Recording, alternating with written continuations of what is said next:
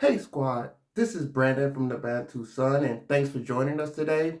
So I wanted to talk about a topic that really gets my blood pumping, and that is the conversation of BRICS and why I think it is so goofy.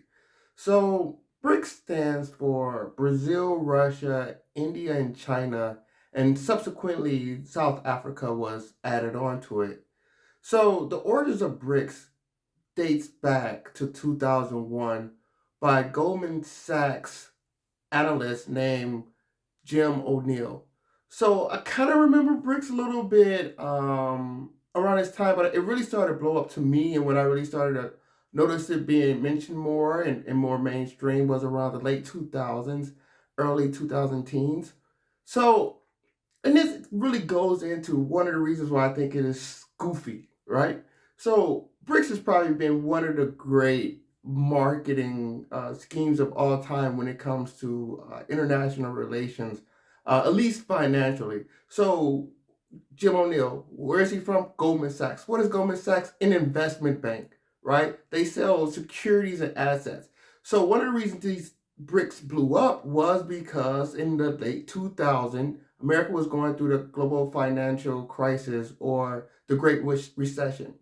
So these countries, the sexy name Brazil, Russia, India, China, South Africa, they all have a relative famous brand out there, somewhat. Uh, People feel things when you say their names. So it was supposed to be marketed or seen as an alternative to Western investments, like basically selling stocks and securities, because this is what Goldman Sachs does. And from that point, it just took on a life of its own. And a lot of people still reference it now. So, one of the reasons that it just doesn't make sense to me is because these countries are completely different. And they have sexy names, but that's about it in common. Brazil's in South America, relatively isolated on that continent, as opposed to Russia, India, and China, which are in Asia, and South Africa, which is in Africa. But Brazil has been relatively stagnant for the last decade from a GDP point of view. Their growth is a major concern economically and demographically. So that's there. They're not really a big international player. They're really not big on alliances, a free trade agreement. You rarely see big Brazil moves. I can't even tell you the last foreign trip that a Brazilian leader has made. They make them, but it's so low profile. And the things that are relatively accomplished are relatively unimpressive that like none stick out to me in a big way. I can't think of a great security alliance or commercial alliance from Brazil. Russia demographically stunted, going backwards, besieged by NATO and trying to hold on to its former sphere of influence. And it's just this fight for relevance and security in the modern day. And they're trying to break in and break out, but they really have nothing to offer the world. Some natural resources and yeah, some natural resources. India, they're struggling to grow and develop. They're constantly playing second fiddle to China, and they're trying to challenge China to ascension because they have a similar profile demographically, but that's roughly all that they really share in common. Two different geographic realms, India being in South Asia and China being in East Asia, as well as India is it's an old civilization, but a relatively young country, whereas China has been a relatively old country and an old civilization. So the continuity and a homogeneous nature of China is in complete contrast to India. And the only thing they really share is massive populations. So there are other big population countries that's not even included, such as Nigeria, Indonesia. So it's not even a major demographic thing when it comes to BRICS. It's not a GDP thing. The GDP growth rates of China and India is completely different than Russia and Brazil. The economic is completely different. Russia is trying to rely on agriculture as well as Brazil in that regard. India's more service sector. China's industrial goods. The list goes on how these countries absolutely make no sense together. And then, of course, can't forget South Africa, who's more of a legacy economy on the Africa continent. South Africa was seen as the premier economy, and they still have one of the most developed financial sectors in Africa. But they're struggling to ascend, especially with the domestic pressures. So South Africa, even though I think it has so much potential and it actually could be, it's one of those countries in the world, it can be anything in the world they want to be in. And right now they're choosing to be a relative basket case. They have a lot of domestic issues going on right now, a lot of racial economic strife beneath the surface, as well as they're struggling with the image of xenophobia, quite frankly, in Africa at the moment, as they're trying to basically improve the quality of people, their citizens.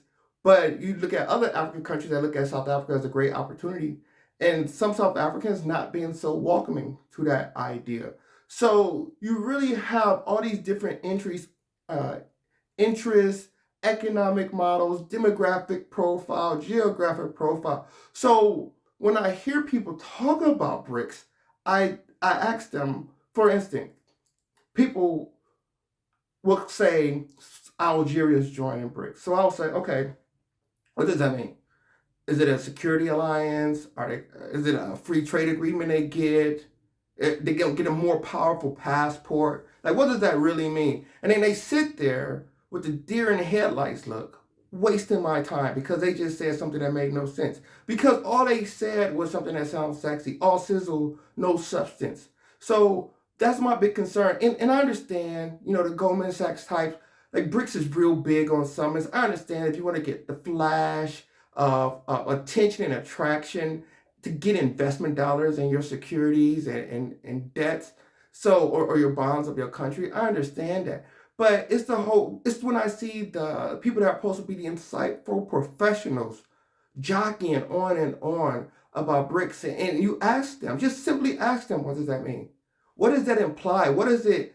They'll say, oh, it's challenging the Western nations or whatnot. But what does that mean? Like, is it a security agreement? Like, just ask them what it means. It's completely frustrating. And it's beyond frustrating. It's quite frankly annoying.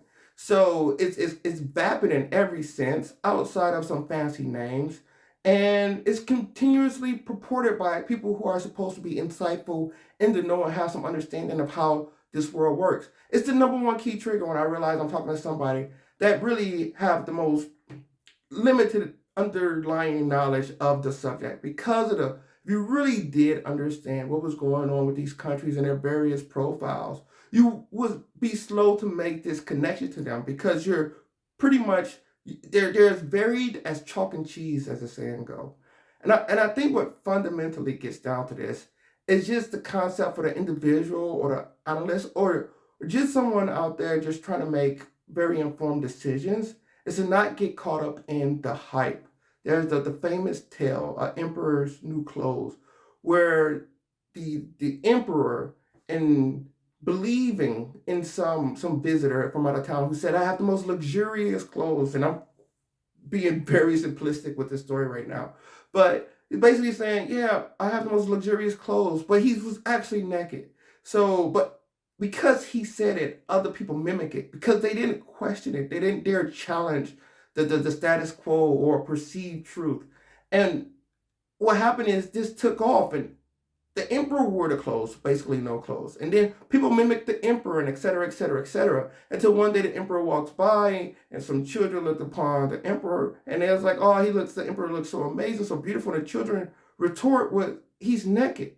And the story goes to the fundamental, you could say naivete, but just the simplistic truth of that a child has because a child lacks the pretense and the insecurities of an adult to try to conform or fit into a societal norm. So basically be a free thinker because your life is going to depend on the decisions you make. So if you ever want to make an informed decision, an insightful decision, understand the facts, understand what's going on. Don't repeat the dork stuff. Don't repeat the sexy sizzle. Understand the substance behind things if you want to make a truly informed and valuable decision that's going to impact you in a powerful way. So that's my thoughts.